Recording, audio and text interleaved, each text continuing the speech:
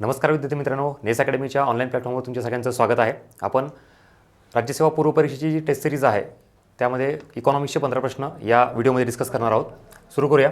Question number 71 यापासून बघा, परकीय व्यापार याच्याबाबतचं एक स्टेटमेंट दिलेलं आहे तुम्हाला। म्हणजे याच्या अगोदरचे बघितले आपण तर बऱ्यापैकी कोर जे परकीय व्यापारावर प्रश्न आयोगाचे आलेले आहेत, FDI संदर्भात किंवा अजून व्यवहार तोल, व्यापार तोल या संदर्भातील प्रश्न होते।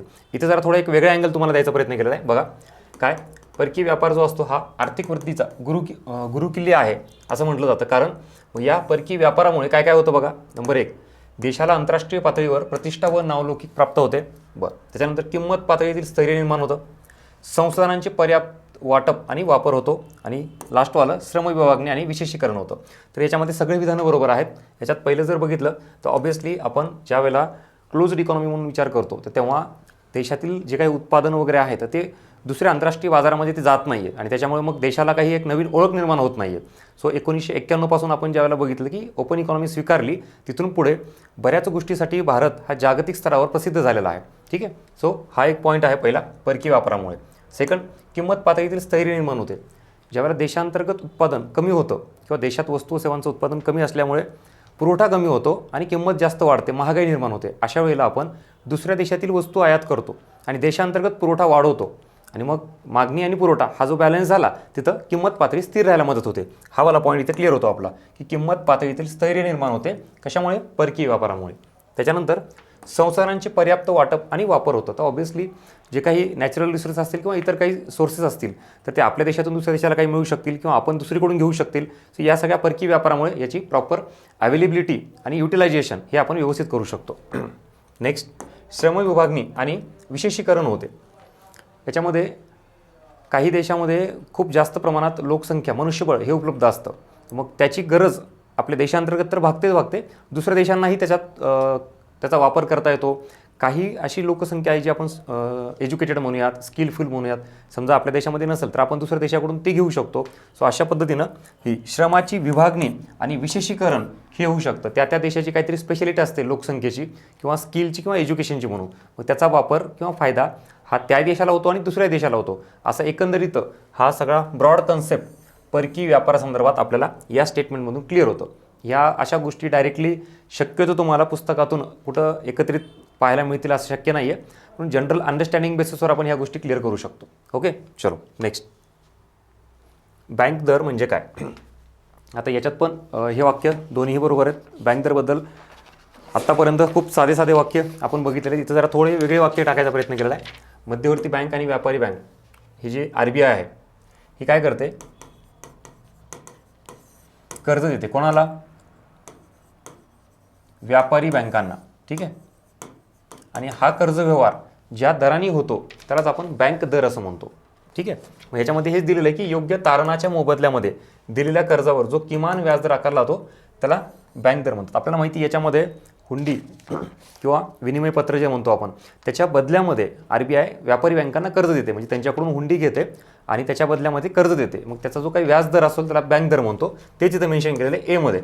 व्यापारी बँकांना त्यांनी वटवलेल्या हुंड्या ज्या व्याजदराला पुन्हा वटवून देऊन मध्यवर्ती बँक पैसा उपलब्ध करून देते त्याला बँक दर म्हणतात, जे आता आपण हे केलेलं डिस्कस। ह्याच्यामध्ये एक लक्षात ठेवा, बँक दर आणि रेपो दर दोन्ही गोष्टीमध्ये RBI व्यापारी बँकांना कर्ज देतं।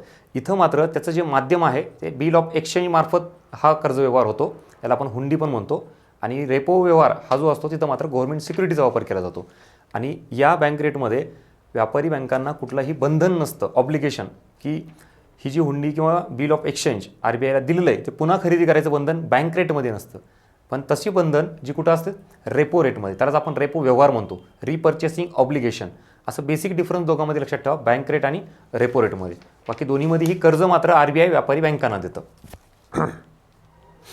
नेक्स्ट, इथं 2019-20च्या आर्थिक वर्षातील GDP वृद्धी दरा या संदर्भात तुम्हाला sector wise GDP growth rate दिलेला आहे की त्या सेक्टरचा नेमका किती आहे। आता काही गोष्टी आपण कन्सेप्च्युअल लेवलला क्लिअर करतो, पण असे काही प्रश्न येतात की जिथं प्युअरली फॅक्ट्स हे तुम्हाला विचारले जातात, आपल्याला टू द पॉईंट तेवढी आकडेवारी माहिती पाहिजे। मग प्रायमरी सेक्टर, इथं द्वितीय, सेकंडरी, टर्शरी आणि एकूण ओव्हरऑल GDP ग्रोथ रेट जो देशाचा असतो तो.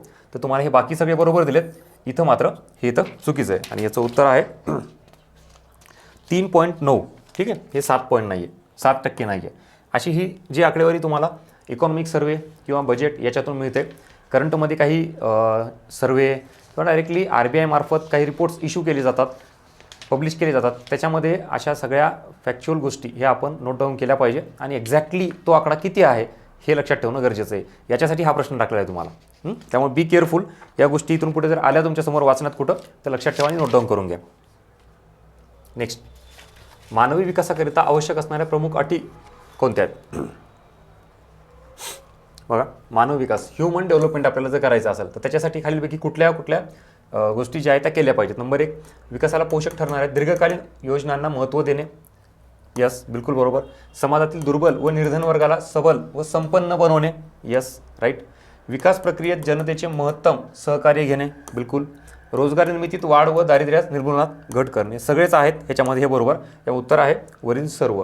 तुम्ही जर वाक्य बघितले, शब्दरचना बघितली तर आपल्याला कम्प्लिटली राज्यसेवा पूर्व परीक्षेला अशाच पद्धतीनं हे आयोग काहीतरी विचारतं.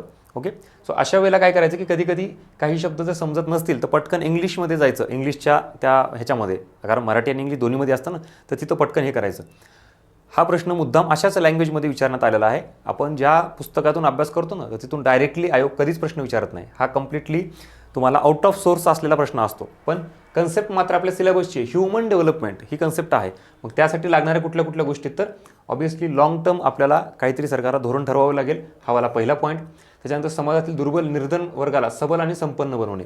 मुळात मानव विकास म्हणजेच काय, तर देशातील प्रत्येक व्यक्तीचा हा विकास झाला पाहिजे. त्याच्यामध्ये दारिद्र्य असेल, बेरोजगारी असेल कमी झालं पाहिजे, शिक्षण आरोग्य सुधारलं पाहिजे. ह्या सगळ्या गोष्टी इथं दुर्बल आणि निर्धन वर्गाला डेव्हलप करणे. विकास प्रक्रियेत जनतेचे महत्तम सहकार्य घेणे. आता लोकशाही जी व्यवस्था आहे ती याच पद्धतीने की आपल्याला सगळ्या देशातील लोकांचा सहभाग घेऊन विकास करायचा आहे, त्यांना त्या प्रक्रियेमध्ये समावेश करून घ्यायचा आहे. म्हणून हा वाला पॉईंट, विकास प्रक्रियेत जनतेचे महत्तम सहकार्य घेणे. रोजगार निर्मितीत वाढ व दारिद्र्यात घट करणे, हे जे आत्ता आपण डिस्कस केलं आहे ते ओव्हरऑल देशातील प्रत्येक लोकसंख्येतील प्रत्येक घटक हा डेव्हलप झाला पाहिजे. मग त्यात महिला, पुरुष, बालक, वृद्ध, कुठलाही मानव म्हणून तो जो व्यक्ती जन्माला आलेला आहे तर त्या प्रत्येकाचा विकास झाला पाहिजे आणि त्या संदर्भातील हे सगळे पॉईंट्स आहेत. ओके, चलो. So all of the above हे त्याचा आन्सर आहे. नेक्स्ट, खालीलपैकी कोणते विधान असत्य नाही म्हणजेच काय सत्य? मग आपल्याला बघा, दारिद्र्याचा प्रभाव मोजण्यासाठी शीरगणती गुणोत्तर म्हणजेच हेड काउंट रेशो विचारात घेतले जाते. त्याच्यानंतर दारिद्र्याची तीव्रता, आता इथं ॲक्च्युली हे प्रभाव म्हणण्यापेक्षा इथं प्रमाण हा पॉईंट आपण इथं करू. दारिद्र्याचं प्रमाण मोजण्यासाठी शीरगणती गुणोत्तर हेड काउंट रेशो हा विचारात घेतला जातो. यस, दारिद्र्याची तीव्रता मोजण्यासाठी शीरगणती गुणोत्तर म्हणजेच परत हेड काउंट रेशो विचारात घेतला जातो. तुम्हाला इथं पॉवर्टी गॅप रेशो आणि हेड काउंट रेशो ह्या दोन गोष्टी क्लिअर झाल्या पाहिजे. दारिद्र्याचं जे प्रमाण आपण ह्याच्यामध्ये ठरवतो बघा, पॉवर्टी लाईन ही समजा पॉवर्टी लाईन आहे, ही इकडं असणारे लोक APL आणि इकडं असणारे BPL. समजा फॉर एक्झाम्पल देशामध्ये 100 लोक आहेत, मग 100पैकी आपण समजा एकूण देशात 100 लोक आहेत, 100पैकी इकडं 30 आहेत आणि BPLमध्ये 70 आहेत. तुम्हाला जर मी विचारलं की देशात एकूण दारिद्र्याचं प्रमाण किती आहे तर ऑब्व्हियसली 100च्या तुलनेत तुम्ही हे बघाल ना 70 आहेत म्हणजे 70% झालं. हे म्हणजेच हेड काउंट रेशो, देशातील दारिद्र्य रेषेचं संख्यात्मक आकलन, संख्या किती प्रमाण आहे तर 70%. मग ते कशानुसार कळतं? हेड काउंट रेशोनुसार. म्हणजे पहिलं विधान हे बरोबर आहे, पण दारिद्र्याची तीव्रता, दारिद्र्याची डेप्थ ही ह्याच्यावरून नाही कळत. इथं जरी तुम्ही 70 लोक आहेत म्हणतायत, पण इथं सगळेचे सगळे बघा, आता जे 70 लोक आहेत ह्याच्यामध्ये प्रत्येकजण सारखाच गरीब आहे का? BPL बिलो पॉवर्टी लाईनमध्ये काही एकदम दारिद्र्याच्या जवळ आहेत, काही त्याच्या खाली आहेत, काही एकदम अति दारिद्र्यामध्ये, तीव्र दारिद्र्यामध्ये, ज्यांचं उत्पन्न प्रचंड कमी आहे. ही जी डेप्थ आहे, ही जी तीव्रता आहे का, ही हेड काउंट रेशोमधून नाही कळत. ती कशातून कळते? पॉवर्टी गॅप रेशो किंवा पॉवर्टी गॅप इंडेक्स म्हणतो आपण त्याला. ओके, मग दारिद्र्याबाबतचा जो आकडेवारीचा भाग आहे तो तर आपण करतोच आहे, पण त्यासोबत ही अशी concept understanding, poverty gap ratio काय, हेड काउंट रेशो काय आणि त्या दोघांमधील काय फरक आहे, त्या प्रकारचे उत्तर तुम्हाला इथं सॉल्व्ह होतील. ठीक आहे, सो याच्यामुळं त्याचं उत्तर आहे फक्त बरोबर. आपल्याला सत्य विचारलं ना, कुठलं सत्य आहे तर हे A फक्त, आणि हे चुकीचं आहे. नेक्स्ट, बघा, केवळ खाली सर्व किंवा काही मुद्द्यांबाबत तरतुदी असतील तर त्याला आपण धनविधेयक आहे असं म्हणतो. म्हणजेच काय, प्रश्न असा आहे सरळ सरळ की धनविधेयक हे जे आहे तर ॲक्च्युली त्याच्यामध्ये कशा कशाचा उल्लेख केलेला असतो, त्याला कशामुळे धनविधेयक म्हणतो आपण.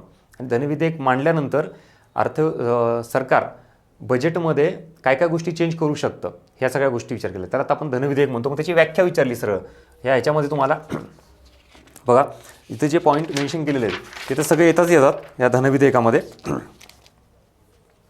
भारतात संचित निधी व आकस्मिक निधी सुरक्षित राखणे, म्हणजे संचित निधीमध्ये पैसे टाकणे किंवा त्याच्यातून काढणे हा सुद्धा प्रकार धनविधेयकामध्ये येतो. भारताच्या संचित निधी विनियोग करणे, म्हणजेच एक्झॅक्टली अर्थसंकल्पामध्ये जी काही खर्चाची तरतूद केलेली आहे सरकारने आणि ती संसदेने मान्य केली आहे, पण त्याच्यानंतरही बघा जी खर्चाची तरतूद मान्य केली तर ते काढण्यासाठी परत एक विधेयक मांडावं लागतं, आपण त्याला विनियोजन विधेयक म्हणतो. मग त्याबाबतचाही इथं जो काही उल्लेख आहे इथं आपल्याला धनविधेयक पाहायला मिळतो. केंद्र सरकारने ऋण घेण्याचे नियमन करणे. आता केंद्र सरकारने ज्यावेळेला कर्ज घ्यायचं डिसाईड केलेलं असतं किंवा मग घेतलेलं कर्ज द्यायचं असतं, तर व्हॉट एव्हर कुठल्याही कर्जाचा जो व्यवहार आहे सरकारचा त्याचासुद्धा उल्लेख आपल्याला कशामध्ये पाहायला मिळतो, धनविधेयकामध्ये. आणि भारताच्या संचित निधीत किंवा भारताच्या सार्वजनिक खात्यात जमा झालेला निधी किंवा अशा कुठल्याही निधीचा वापर केंद्र आणि राज्यांच्या लेख्यांचे परीक्षण करणे या सगळ्या गोष्टींचा समावेश हा कशात येतो, या धनविधेयकामध्ये येतो. ठीक आहे. आता आपल्याला धनविधेयकाबद्दल इथं उल्लेख आलाच आहे, त्याचं आर्टिकल माहिती पाहिजे. कलम 110 त्याच्यानुसार मग वित्तीय विवरणपत्र म्हणजेच आपण अर्थसंकल्प म्हणतो त्याचं आर्टिकल किती आहे, कलम 112. हे झालं केंद्राचं. मग राज्याचं किती आहे, कलम 202. या सगळ्या गोष्टी आपल्याला याच्या आजूबाजूला क्लिअर कट माहिती पाहिजे. जरा थोडा याचा पॉलिटिकल अँगल आहे, आपण त्याला म्हणतो पॉलिटी सब्जेक्टचा, राज्यघटना, त्याच्यात तुम्ही ह्या गोष्टी कराल आर्टिकल वगैरे किती आहे. पण आवर्जून जे काही अर्थसंकल्पाबाबत घटनात्मक तरतुदी आहेत किंवा संसदीय प्रक्रिया आहेत ह्या थोड्या राज्यघटना या विषयामध्ये व्यवस्थित करा, इथेही तुम्हाला कामाला येईल. ठीक आहे. नेक्स्ट, उदारीकरण याबाबतचा हा प्रश्न आहे. अचूक असलेली विधान ओळखायचे.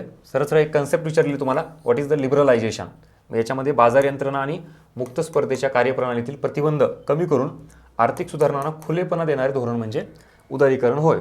आता आपल्याला ही जर कन्सेप्ट एक माहिती असेल तर बेसिक आयडिया उदारीकरणाची काय आहे, सरळ सरळ सरकारने नियंत्रणं बंधने कमी करणे, देशातील खाजगी उद्योग व्यवसाय यांना परमिशन देणे.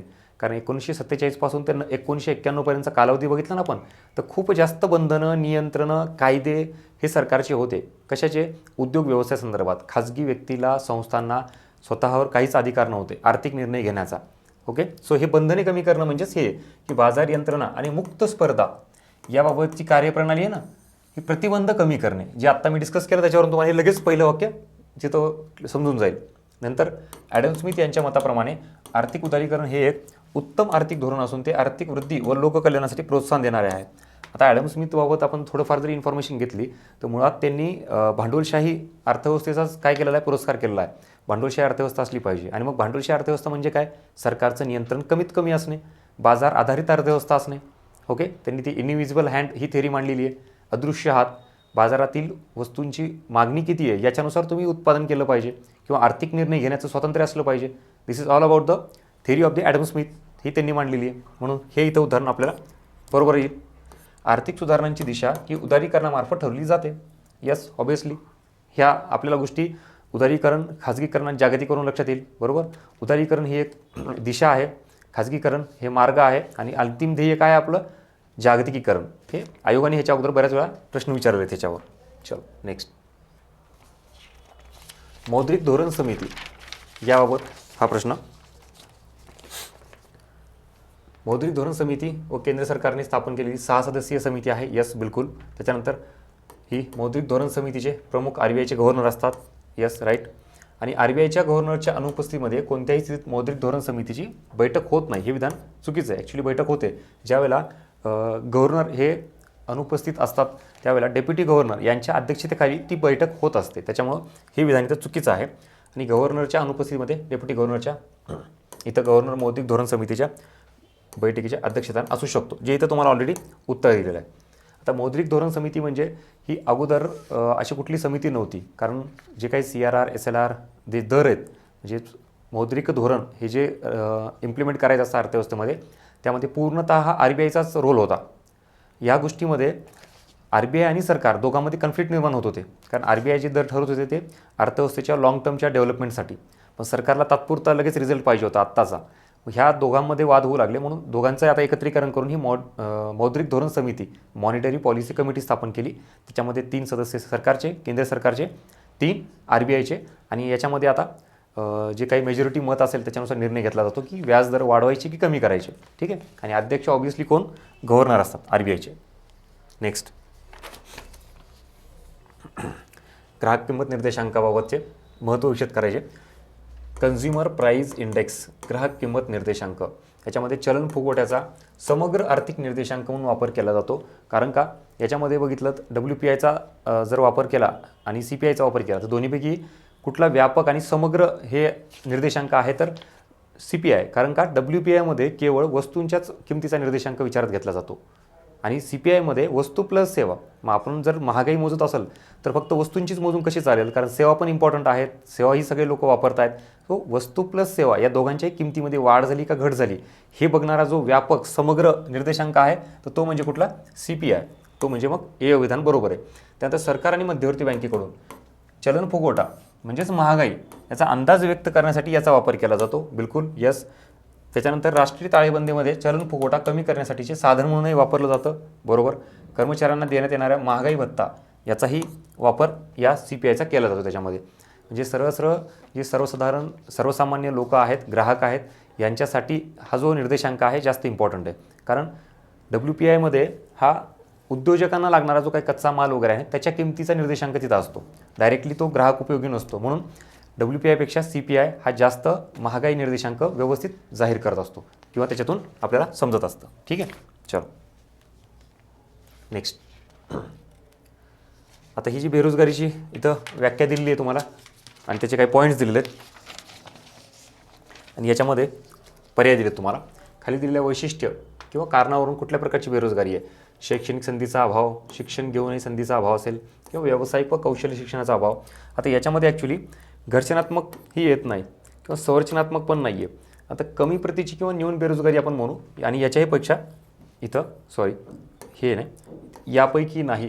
कारण याच्यामध्ये जर बघितलं तर आपण सरळ शैक्षणिक बेरोजगारी ही इथं आपल्याला पाहायला मिळते.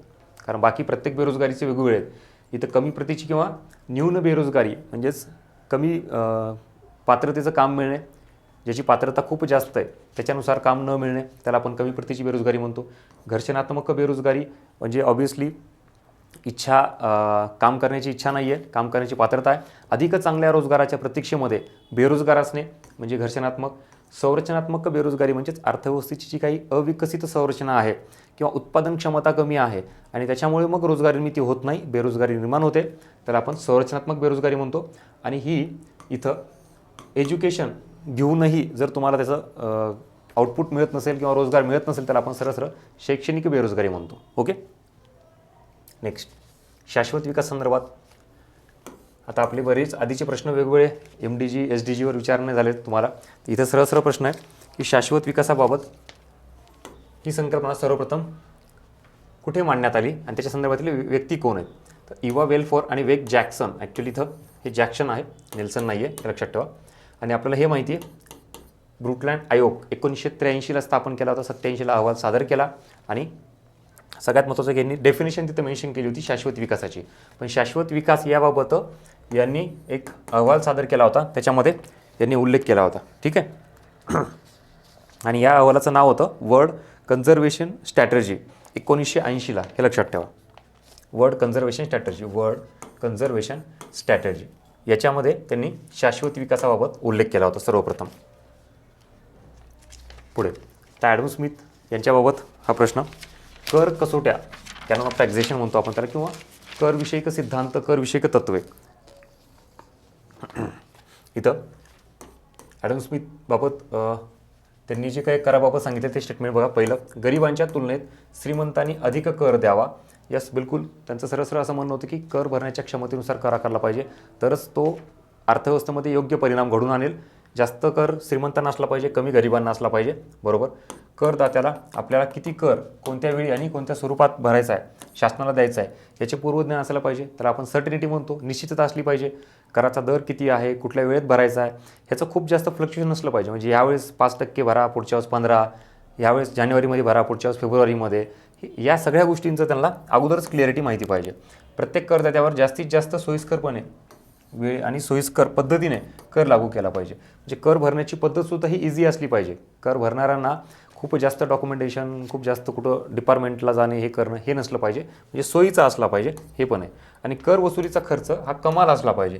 तर कमाल नाही, हा किमान असला पाहिजे, मिनिमम. म्हणून हे विधान चुकीचं आहे इथं. कारण काय होईल, समजा सरकारने कर यंत्रणा जी राबवली आहे, अधिकारी वगैरे सगळे, आणि त्यामार्फत सरकारला कर मिळतो. मग 100 रुपये सरकारला कर मिळतो, पण सरकार त्याच्यावरचा खर्च 120 रुपये करतो. मग ही चांगली कर प्रणाली नाही, म्हणून त्या ॲडम स्मिथनं त्यांनी हे सांगितलं होतं. बघा, ह्याच्या अगोदर सरळ तुम्हाला अशी एक पॉईंट्समध्ये सांगितलं होतं. सर्टेनिटी काय आहे, किंवा इक्विटी, त्याच्यानंतर फ्लेक्झिबिलिटी, इलेक्ट्रिसिटी, असे सगळे कीवर्ड्स टाकले होते याच्या अगोदर. पण ॲडम स्मिथच्या व्यतिरिक्त कर प्रणालीचे, कर तत्वाचे, इथं तुम्हाला सरळ ॲडम स्मिथचे कर तत्व ते विचारलेच आहेत, पण त्यातमध्ये अशा प्रकारे सगळे वाक्य टाकलेले आहेत.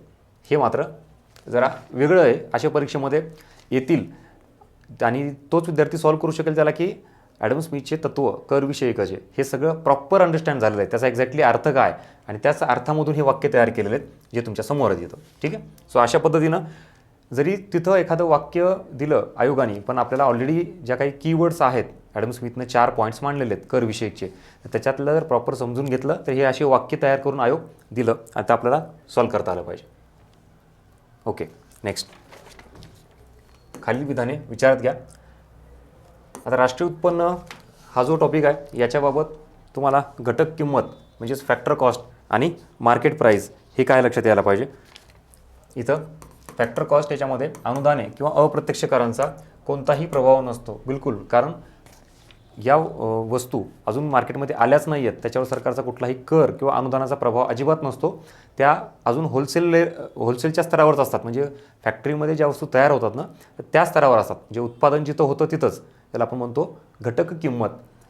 उत्पादनाचे जे घटक आहेत, भूमी, श्रम, भांडवल, उद्योजकता, यांच्यामार्फत जी वस्तू तयार केली जाते त्या लेवलला जी किंमत असते त्याला आपण घटक किंमत म्हणतो. आणि तिथं कुठंही या दोन्हीचा प्रभाव नसतो, म्हणून पहिलं विधान हे बरोबर आहे.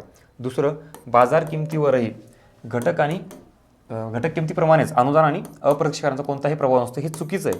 आता बाजार किंमत, मार्केट प्राईस म्हणजे ती वस्तू मार्केटला आलेली आहे. आता ऑब्व्हियसली तिथं आल्यानंतर टॅक्स आणि सबसिडी या दोघांचाही प्रभाव त्या वस्तूवर असतो. म्हणून मार्केट प्राईस आणि फॅक्टर कॉस्टमध्ये जर काही डिफरन्शिएट करायचं असेल तर सरळ तुम्हाला हे 2 विधानं दिलेले आहेत, हे लक्षात ठेवा. ठीक आहे. चल पुढे.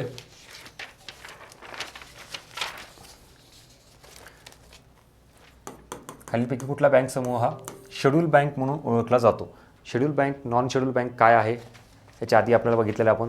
आयोगाने प्रश्न त्याचा विचारलेला आहे. 1934चा RBIचा जो काही कायदा आहे त्याच्यामध्ये अनुसूची 2 याच्यात ज्याचा उल्लेख आहे त्याला आपण शेड्यूल बँक्स म्हणतो. ज्यांचा उल्लेख त्याच्यामध्ये नाही आहे त्याला नॉन शेड्यूल बँक्स म्हणतो. मग आता इथं शेड्यूल बँक्समध्ये जवळपास भारतातील सर्व बँक जे काय आहेत इथं प्रकार ते शेड्यूलमध्येच येतात.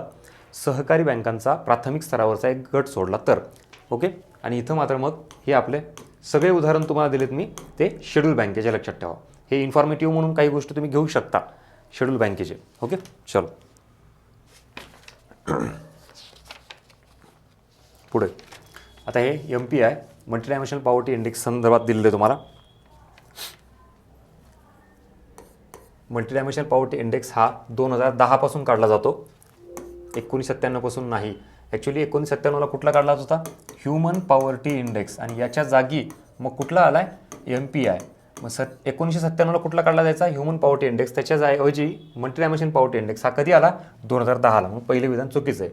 आणि या निर्देशांकात उत्पन्नापलीकडील बहुआयामी दारिद्र्याचा विचार केला जातो. यस, जे आपण ज्यावेळेला फक्त दारिद्र्य मोजतो तर तेव्हा फक्त काय विचार केला जातो दारिद्र्यामध्ये, अन्न, वस्त्र, निवारा. त्यातही पहिल्यांदा भारतात तर फक्त अन्न हा एकच घटक विचारात घेतला होता.